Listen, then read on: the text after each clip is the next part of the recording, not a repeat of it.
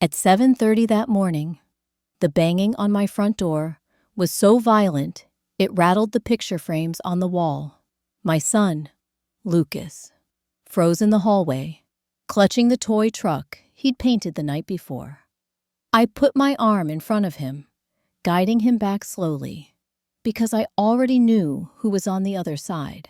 But stories like this never begin with shouting. They begin quietly, with one message, one decision, one betrayal that seems small until it cracks open everything you once believed about family. For me, it started the moment my mother texted, "We're skipping your kid's birthday. Things are tight. No apology. No explanation. Just dismissal, dressed as practicality." And later, long after I'd typed, "No problem," the way a person tries to pretend they're used to being unimportant, I learned that message was only the surface of something much darker. Something they never expected me to uncover.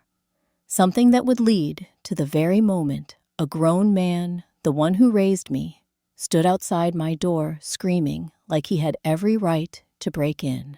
My name is Rachel, and for most of my life, I've been the peacemaker, the fixer, the daughter who absorbs damage quietly, because someone had to. But no one tells you that even the strongest dam collapses eventually, and when it does, the flood isn't gentle. That morning, as the fists kept slamming, Lucas whispered, "Mom, why is Grandpa angry I didn't answer?" Because the truth was stranger than fear, crueler than noise, and heavier than anything a child should ever have to carry. And what's coming in this story is something I never saw coming either.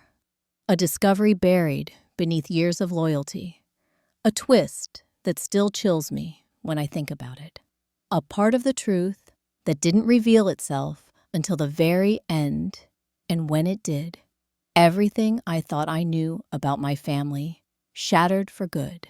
If you've ever wondered how far a parent will go to protect their child, or how far another parent will go to exploit their own, stay with me, because what happened next still doesn't feel real. And there's one revelation toward the end, a piece of the puzzle I didn't uncover until it was almost too late, that you'll want to hear for yourself. Before we go deeper, tell me where you're listening from. It reminds me I'm not alone in this. And if family stories like this hit close to home, make sure you subscribe so you won't miss what's coming, especially the moment that changes everything. Now, let me take you back to the day my son asked if his grandparents were coming to his birthday, and the message that set everything in motion, long before the knocking turned into pounding, and long before I opened the door to the man who believed he could still control me. It happened on a Thursday morning, the kind of quiet morning where nothing feels urgent, and the world seems gentle enough to let you breathe.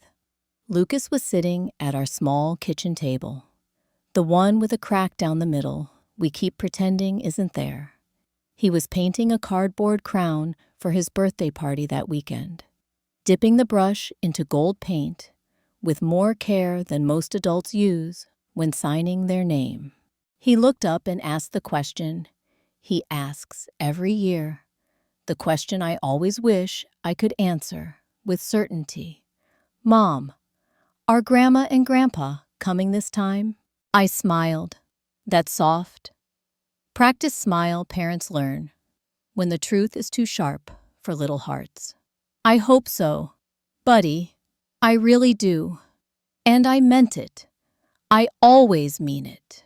I turned to rinse a mug in the sink, and my phone buzzed on the counter. A single vibration. Innocent, forgettable, except this one wasn't. I wiped my hands on a towel, picked it up, and saw the message that would unravel every thread I'd spent years trying to keep tied together. "We're skipping your kid's birthday. Things are tight. No, sorry. No, we'll make it up to him. Not even Lucas's name. Just a statement tossed out like a grocery reminder. Clinical, cold, final. I stared at it longer than I want to admit. It wasn't the message itself. It wasn't even the excuse. It was the familiarity. The way disappointment can feel like a relative you never invited to move in, but somehow lives permanently in your guest room. I typed back the same lie I always send. No problem. 2 words I've used all my life when what I really mean is, this hurts more than you know. But Lucas didn't need to see that. Not on the week he turned 8. Not on a morning where the sun finally broke through after 4 straight days of rain. So I slid the phone face down, took a slow breath, and asked him if he wanted blueberries or strawberries on his pancakes. He chose both. He always chooses both. While I cooked, my mind wandered back through the years, those long months when my dad lost another job, and I covered their phone bill so they could stay connected. The winter, their car broke down, and I paid for the repairs in installments, the insurance renewals, the temporary charges that turned permanent, the emergencies that always seemed to strike them, never me. And every time I helped, they called it family loyalty. Funny how loyalty becomes a one-way street when you're the only one driving on it.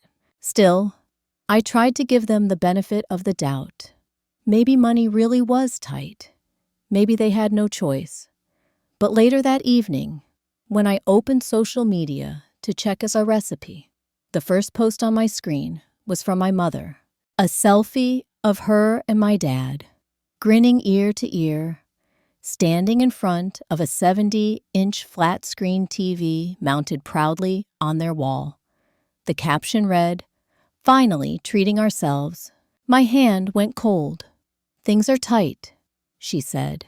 Tight.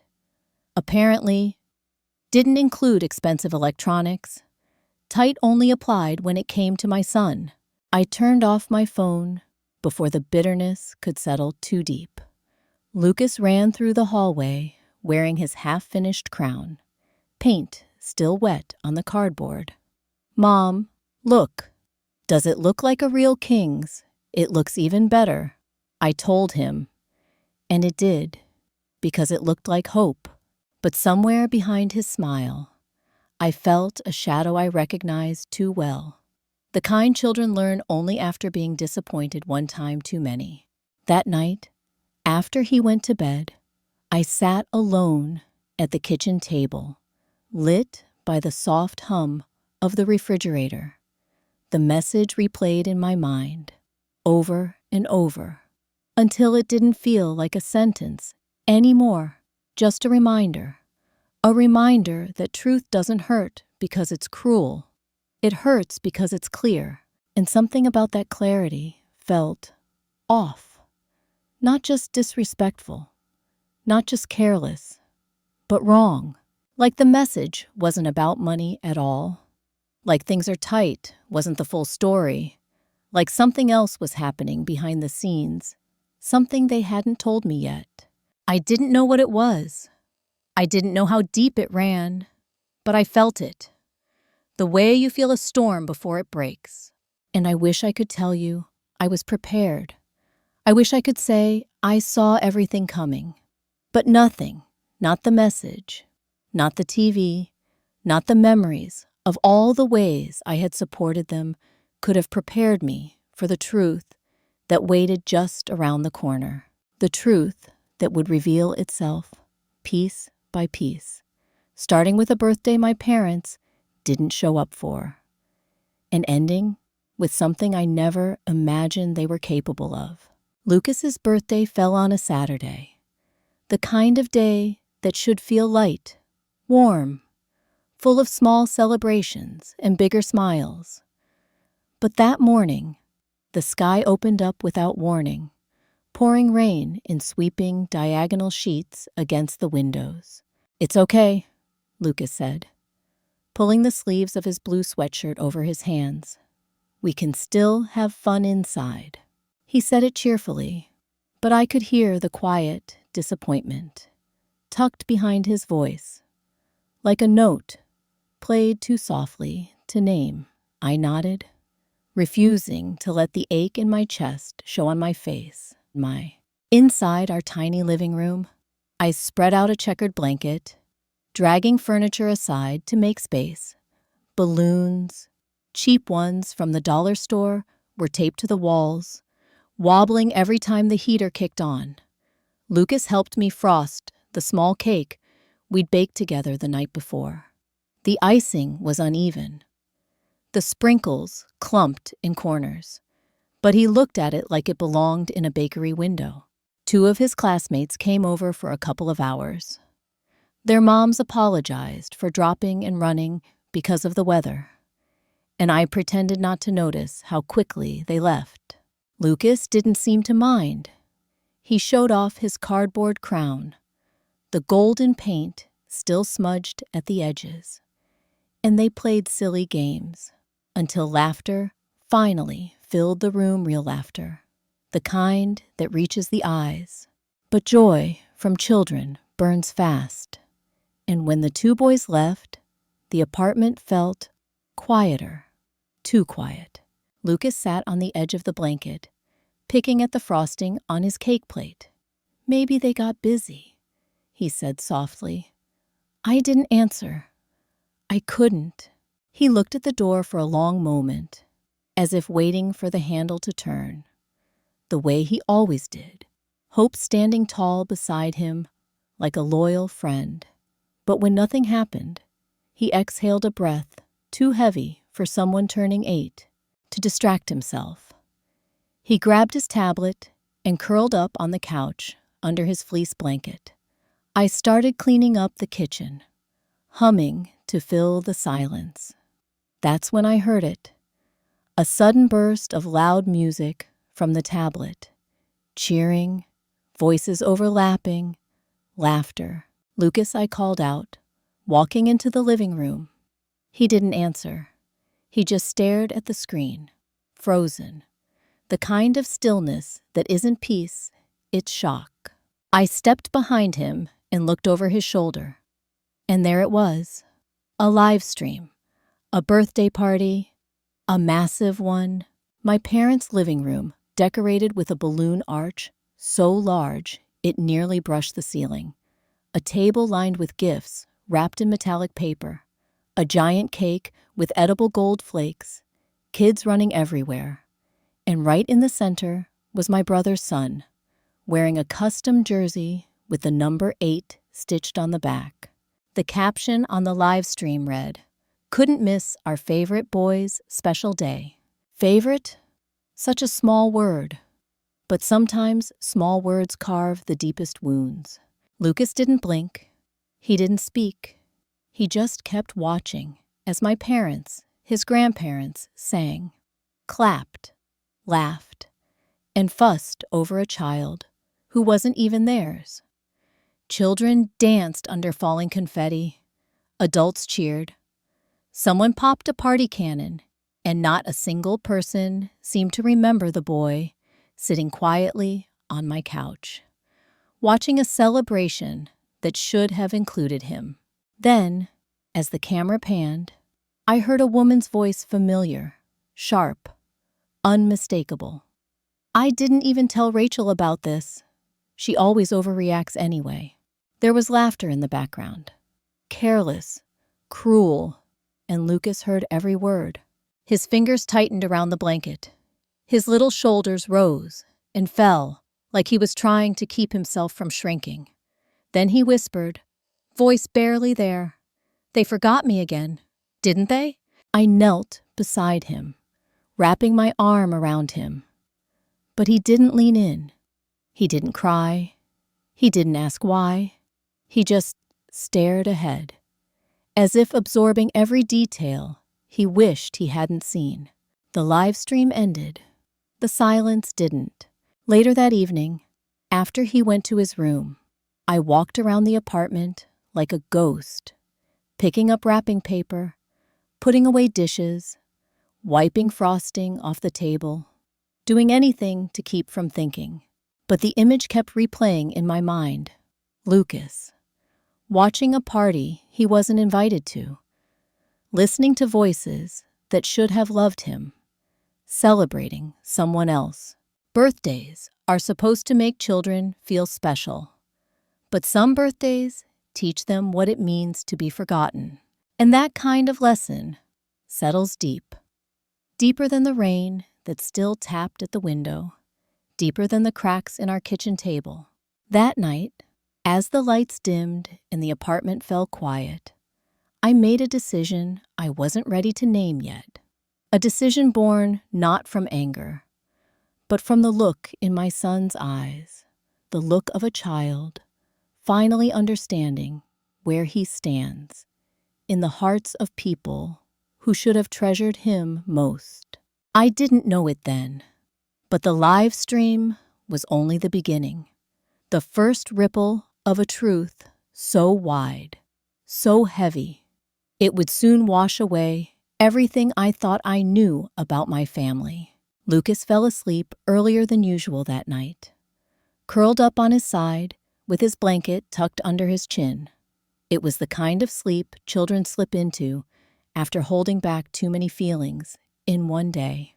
I stood at his doorway for a long moment, watching his small chest rise and fall, wishing I could erase the things he heard, the things he saw, the things he should have never had to understand. When I walked back to the kitchen, the apartment felt colder than before, not physically, just emotionally empty. The way spaces feel after disappointment sweeps through them. I sat down at the table, the same cracked one Lucas painted on that morning, and opened my laptop. I didn't know exactly what I was looking for. Maybe a distraction, maybe clarity, maybe confirmation that the ache inside my chest wasn't an overreaction. But what I found instead was the truth I'd been too tired, too loyal to see. The first thing I checked was my bank account, not because I expected anything unusual, just because I hadn't looked closely in a long time.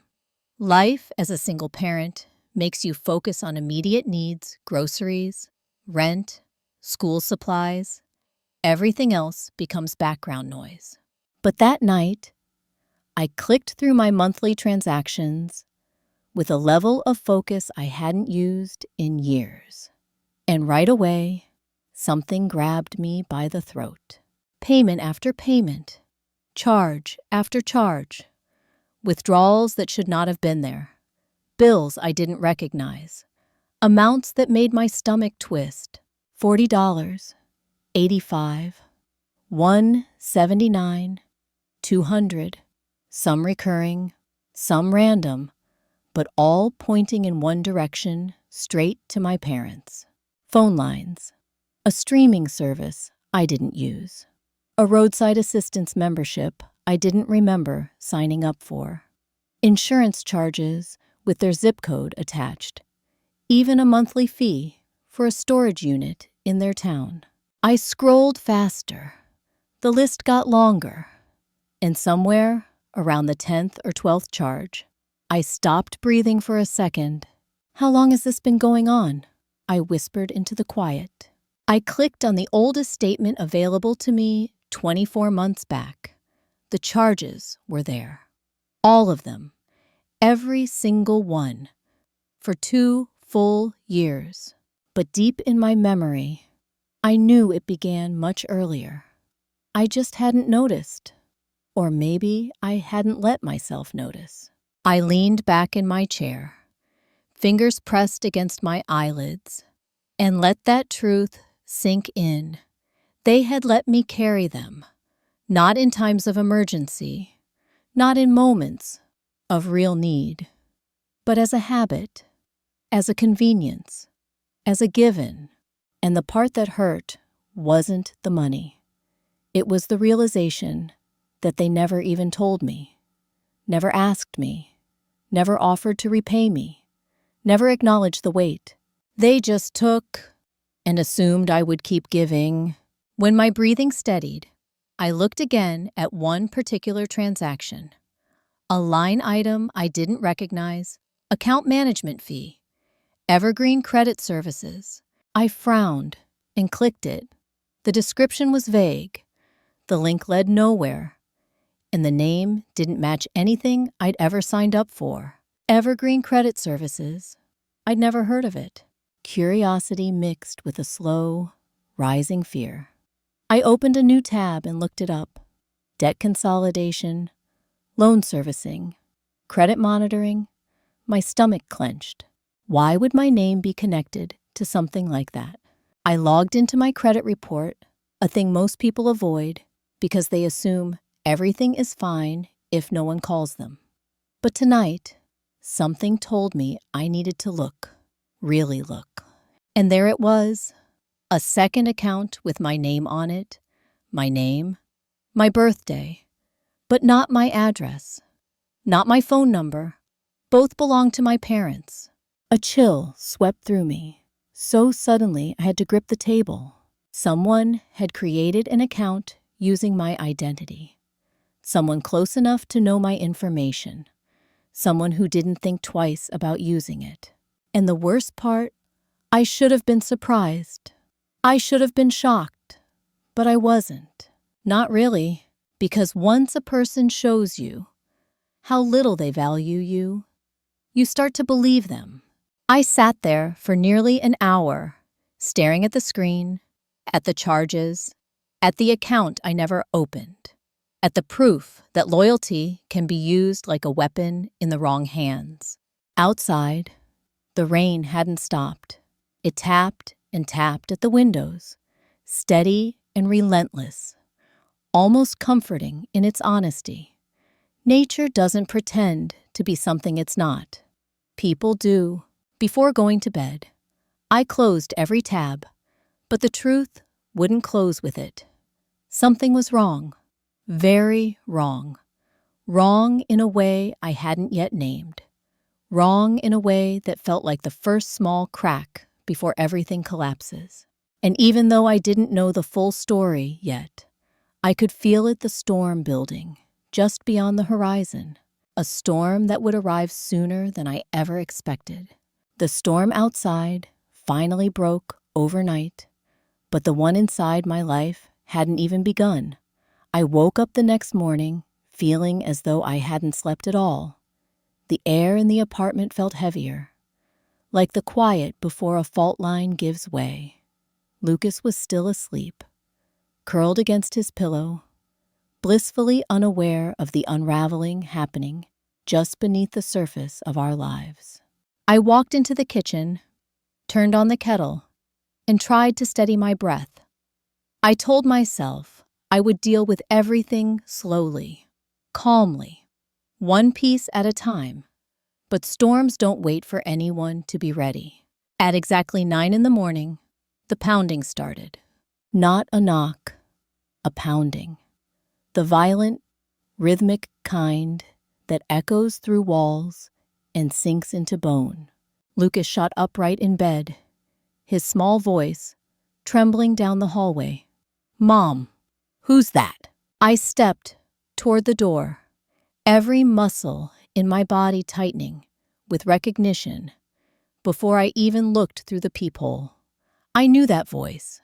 I'd heard it raised so many times before in my childhood that my spine reacted before my mind did. "Rachel, open this door, right now." My father's voice, booming through the hallway, like he owned the building and everything in it. I opened the door just an inch, just enough to see him standing there, red-faced, chest heaving, fury burning so bright in his eyes, it looked almost theatrical.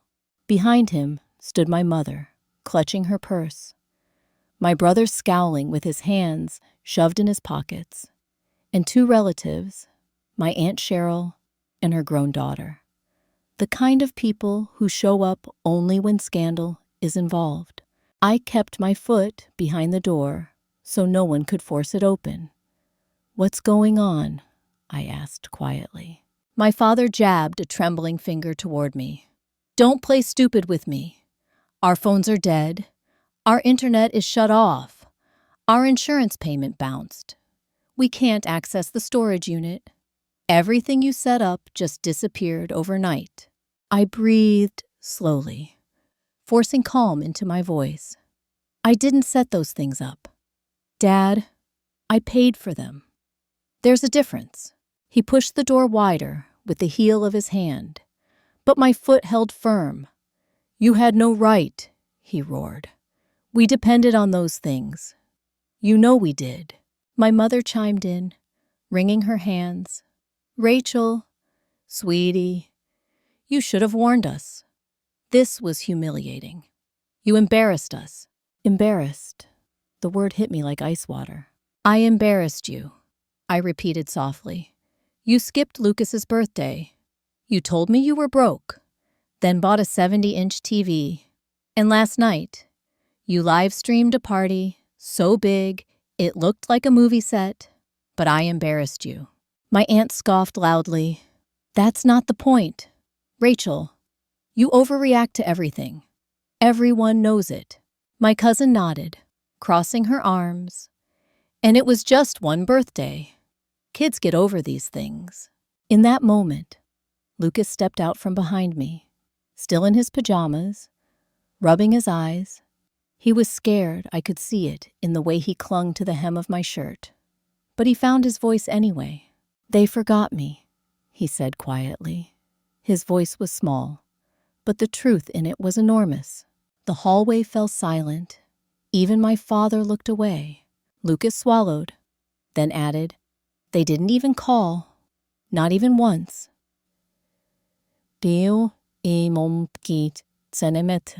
The guilt that flickered across my mother's face lasted only a second before she smothered it with defensiveness. We're adults. Lucas, we have responsibilities. We can't be everywhere at once. Exactly, I said, stepping forward. And for years, I covered your responsibilities. I paid your bills. I fixed your emergencies. I carried the weight you refused to acknowledge. My father snapped his head toward me. That's what children do. They help their parents. We raised you.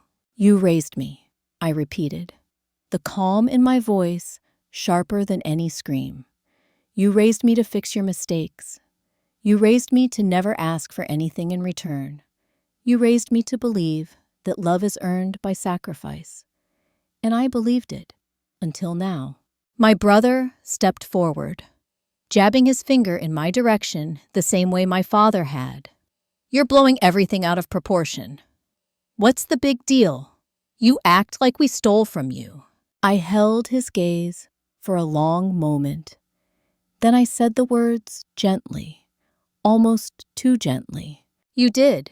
Confusion flickered in my father's eyes. My mother's face went pale. My aunt whispered something under her breath. What are you talking about? My father demanded. I stepped back into the apartment, grabbed the stack of printed documents from the table, and came back to the door. The papers felt heavier than they should have, like they carried the weight of years I had ignored. I held them up, watching my parents' faces shift. You opened accounts in my name. I said, you used my identity. You created financial obligations I never agreed to. My father's jaw clenched. That's a lie. No, I said softly. It's proof. His eyes darted to my brother just for a second, but long enough. Long enough for me to know that this storm had only just begun. For a moment, no one spoke. The papers in my hand felt like a boundary line, drawn cleanly between the past I had tolerated and the future I could no longer ignore. My father stared at the documents, as if they were written in another language, refusing to let meaning land, refusing to acknowledge the weight of what I just said. My mother stepped closer, lowering her voice like the hallway had turned into a courtroom. Rachel, sweetheart, there's obviously some mistake. We would never do something like that. But her voice trembled, and tremors tell more truth than words ever do. I shifted the papers in my hand so they could all see the bold letters printed across the top: Identity Verification, Notice Evergreen Credit Services. A name none of them could deny this time. I turned the first page toward my mother. This account uses my full legal name, my social security number, but your home address and your phone number. Her breath hitched. She looked at my father as if silently begging him to deny it, to fix it, to say something that would make everything disappear. My father straightened his shoulders, puffed out his chest, and spoke with the kind of confidence only someone used to talking over others could muster. Those companies make mistakes all the time. You probably forgot you signed up for something. I let out a quiet laugh, not out of humor, but disbelief. Dad, I didn't forget. I never signed any of this. My aunt crossed her arms. This feels very dramatic. Rachel, are you sure this isn't something you did and just don't remember? You've always been sensitive. Sensitive, I repeated softly. That's a convenient word for people who don't want to take responsibility for what they've done. My brother finally lost his patience. Oh, for God's sake, why are you blowing this up? It's probably just a small mix-up. Maybe one application, one mistake. I held up another page. There are 6 applications.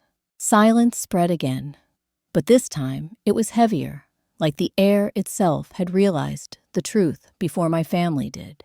My father stepped forward, trying to snatch the papers from my hand, but I pulled them back. Don't, I said, my voice steady. You don't get to grab the truth out of my hands, just because you don't want to face it. His face flushed red, shifting from anger to something closer to fear. We were going through a rough patch. You didn't need the money like we did. You're doing fine. You've always been fine. That sentence settled into my chest like lead. You didn't need the money like we did. As if my stability was an invitation. As if my hard work was a resource for them to drain. As if being their daughter meant being their safety net, their backup plan, their credit line. My mother reached out, lightly touching my wrist. We were going to fix it eventually. We just needed time. Time, I repeated. You had years. You had honesty. You had options. But instead, you used my life to fix yours. My brother suddenly looked away, jaw locked tight. It was subtle, but not subtle enough. I turned to him. You knew about this. I said, didn't you? He swallowed, eyes darting to our father, then back to me. You're twisting things, he muttered. Dad just needed help with a loan. I told him to talk to you. But he was embarrassed. He didn't want to ask. That's all. That's not all, I said quietly. There's an email address tied to these accounts. An old one of yours? His face drained of color so quickly it reminded me of a candle going out. My father rounded on him. You told me that would never show up. I closed my eyes at the sound of that sentence because in those few words, the entire truth unraveled. This wasn't an accident, not a mistake, not a misunderstanding. It was intentional, planned, disguised, and done with the full expectation that I would never find out. My cousin stepped back, whispering, "Oh my God," under her breath. Even she couldn't defend it anymore. My mother's voice cracked. We were desperate. Rachel, I kept my voice, calm, steady, almost gentle. So was I.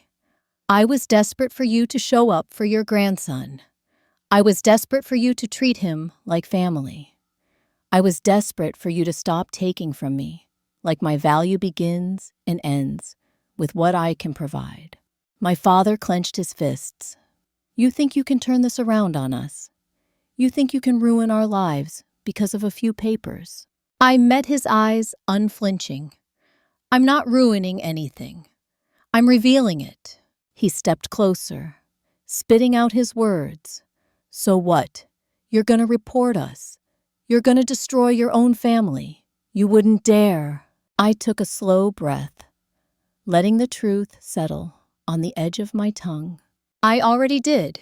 The hallway erupted gasps, whispers, disbelief, but none of it touched me anymore, because for the first time in years, the truth belonged to me, and nothing, absolutely nothing, would put it back in the dark again. The hallway exploded the second those 3 words left my mouth. I already did. My father's face twisted in shock, then fury, then something like betrayal, as if I had wronged him, not the other way around. My mother gasped, pressing a trembling hand to her chest. My aunt whispered my name like a scandal unfolding live. My cousin looked down, suddenly fascinated by the floor. And my brother, he stood completely still, as if freezing might somehow make him invisible. But silence eventually cut through all the noise. It always does. My father was the first to break it. You had no right, he growled. You had absolutely no right to go behind our backs like that.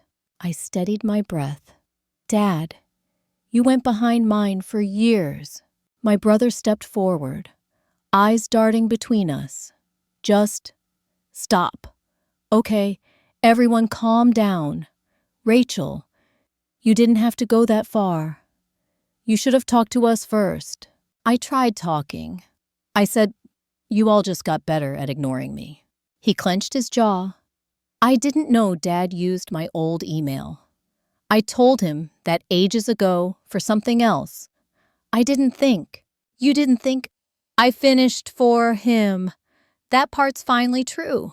His face twitched with embarrassment. But beneath it, there was something else. Fear. Not for me, for himself. I turned the papers so they could all see the additional lines, the tiny details that always reveal big truths. Evergreen Credit Services contacted me. I said they flagged suspicious activity, multiple applications, inconsistent signatures, and they traced the digital footprint back to 2 devices. One registered to Dad, and one, I shifted my gaze to my brother, registered to you. He opened his mouth, but the words didn't come. My father grabbed his arm sharply. You said you deleted everything. He hissed. My brother pulled away. You dragged me into this. You said it was fine. You said she'd never notice. You said she always covers for you. Enough, my mother snapped, her voice shaking. Stop yelling. The neighbors will hear. I looked at her. They probably already do, but they're not the ones I'm worried about. My father tried to reassemble his authority, squaring his shoulders like he could still intimidate me into silence.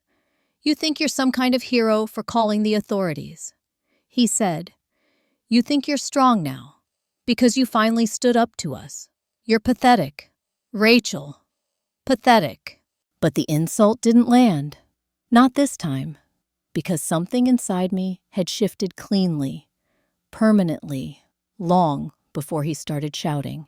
I didn't call to be a hero. I said calmly, I called because identity theft is a crime, and it doesn't magically stop being a crime just because the people committing it share your blood. My aunt raised her hands like a referee stepping into a fight. Everyone just breathe. Rachel, sweetheart, you're making too big a deal out of this. Families borrow, they share, they help each other. This is normal. I tilted my head. Borrowing requires permission. My cousin mumbled softly. She's right. But my aunt shushed her. My father leaned toward me, eyes narrowed with disbelief and desperation. You're going to ruin us. For what? Some money after everything we've done for you.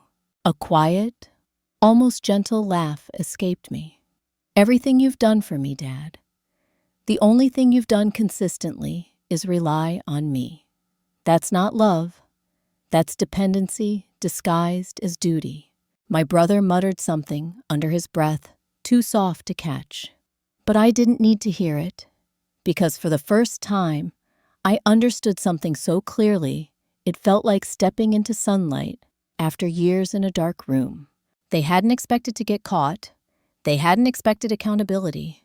They had expected me, the old me, the obedient one, the silent one, the one who said no problem while bleeding inside. But that Rachel didn't exist anymore. My father jabbed a finger at me again. This will destroy our family. Do you understand that? Yes, I said softly, and I'm finally okay with that.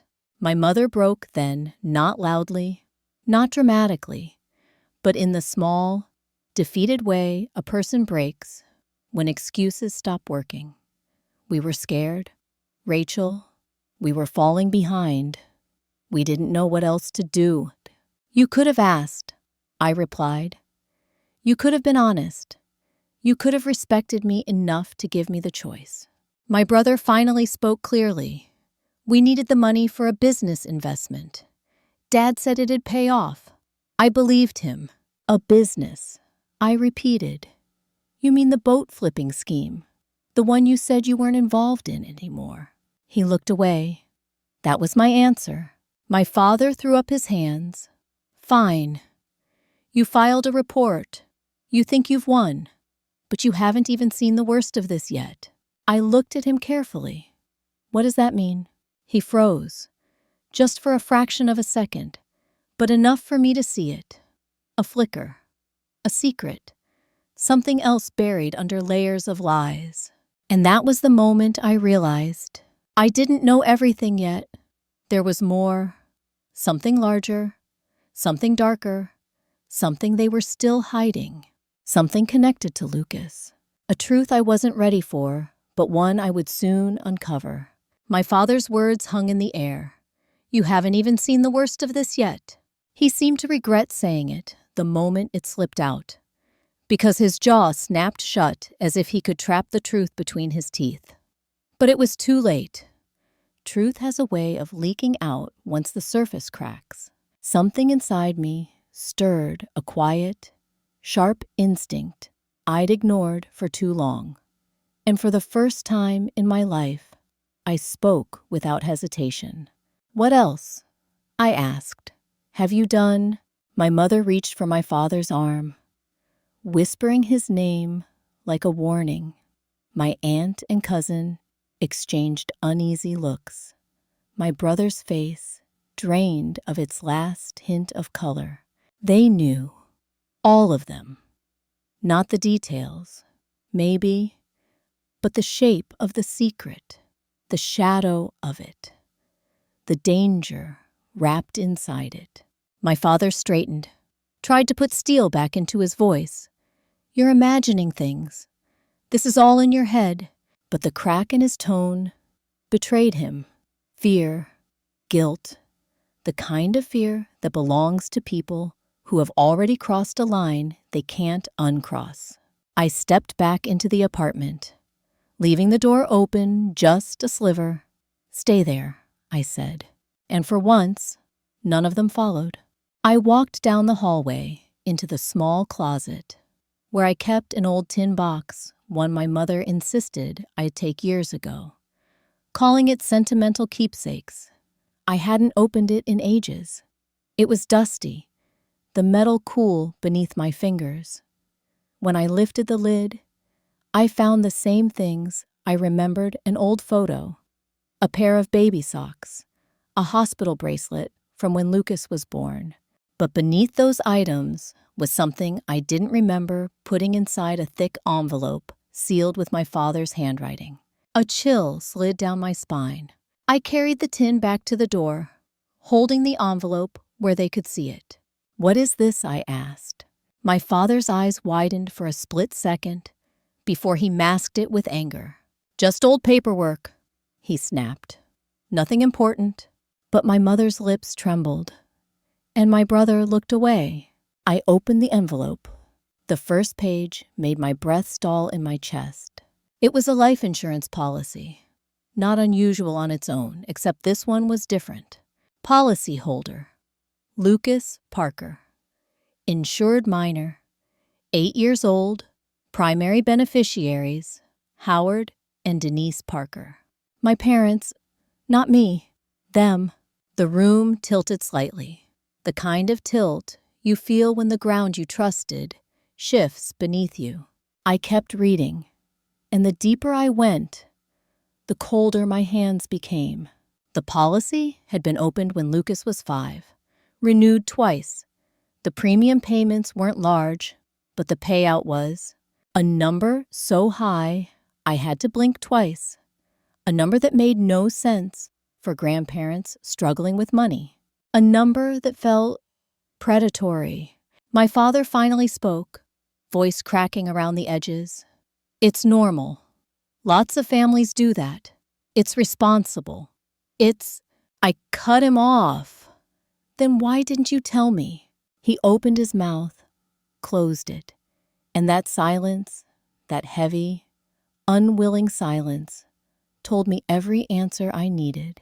My mother began crying softly. "It wasn't supposed to look like this," she whispered. "We just wanted to be prepared, in case anything ever happened." In case anything happened, my voice was quiet, too quiet. My father snapped. "Don't twist her words." "I'm not twisting anything," I said. "I'm reading what you signed. A policy where you benefit if something happens to my son. A policy you hid. A policy you paid for using my accounts. A policy that labels Lucas." My throat tightened, because the next line was the one that sliced straight through me. Risk category: high risk dependent. High risk: my healthy, joyful 8-year-old son classified as a potential financial asset. My father stepped forward. "You're overthinking this. It's just a precaution." "No," I said, feeling something inside me break, but not in the way it used to break. Not with weakness, with clarity. "You used my identity. You drained my accounts. You lied about being broke. You ignored your grandson.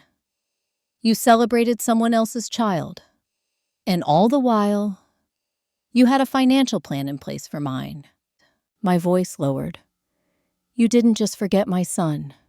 You prepared for his absence." My father's face twisted. "That's not what this is."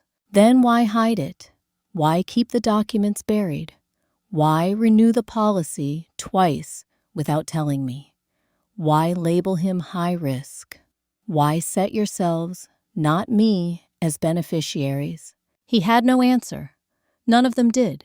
Lucas appeared behind me just then, rubbing his eyes, confused by the raised voices. My mother softened instantly. "Honey, we were just talking." "No." My voice cut through the air like something sharp and final. "You don't talk to him. You don't talk to us. Not anymore." I stepped back, placing myself between Lucas and the people who had proven themselves capable of more betrayal than I ever imagined possible. "You wanted to know whether I'd ruin this family by telling the truth," said to my father. I held up the insurance policy. "You ruined it the moment you decided my son was worth more to you on paper than in person." I closed the door, this time without hesitation, without shaking hands, without fear. And the lock clicked, not to keep danger out, but to keep the two of us safe inside. For a long moment after the door clicked shut, I stood there without moving. The hallway noise faded, the walls settled, and the weight that had pressed on my chest for years began to lift slowly, like dawn peeling back the night. Lucas slipped his small hand into mine. "Mom, are they coming back?" he asked. I knelt down so I could look him in the eyes. "No, sweetheart," I said softly. "Not anymore. And that's a good thing." He studied my face, trying to understand something far bigger than any child should need to.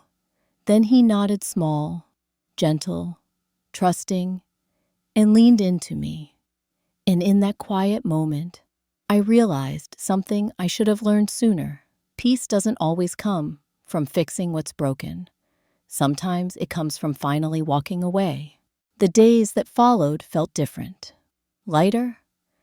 The air in our home shifted, as if someone had opened a window I didn't know was sealed shut. Lucas painted more. He hummed again. He laughed at silly cartoons without glancing at the door. At school, one of his teachers selected his artwork for the winter showcase, bright blue swirls that reminded me of a sky finally clearing. One evening, he told me, "It feels nice when it's just us." And he was right. It did feel nice, safer, quieter, in the best possible way. As for me, I contacted the credit bureau, spoke with investigators, and took steps to repair the damage my family had caused. It will take time, but time is something I'm no longer afraid of.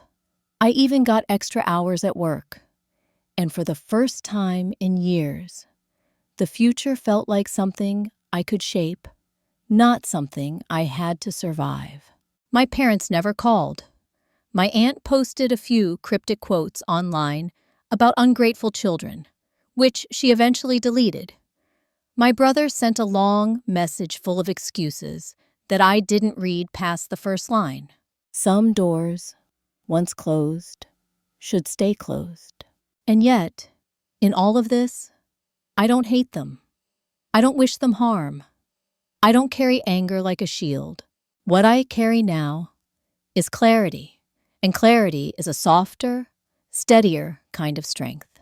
People say family is forever, but I've learned that forever only matters when it's built on love, not obligation, on honesty, not advantage, on showing up, not taking advantage of the ones who do. Family isn't who shares your blood. Family is who protects your peace, who shows up for your child, who chooses you on the days when choosing you is inconvenient. If you've ever had to set boundaries with the people who raised you, if you've ever walked away from chaos to build a quieter, safer world for your child, I want you to know something. You are not alone, and you are not wrong. Before you go, tell me in the comments where you're listening from. And if stories like this resonate with you, make sure you subscribe so you don't miss the next chapter. Sometimes the most powerful stories begin right after a door finally closes.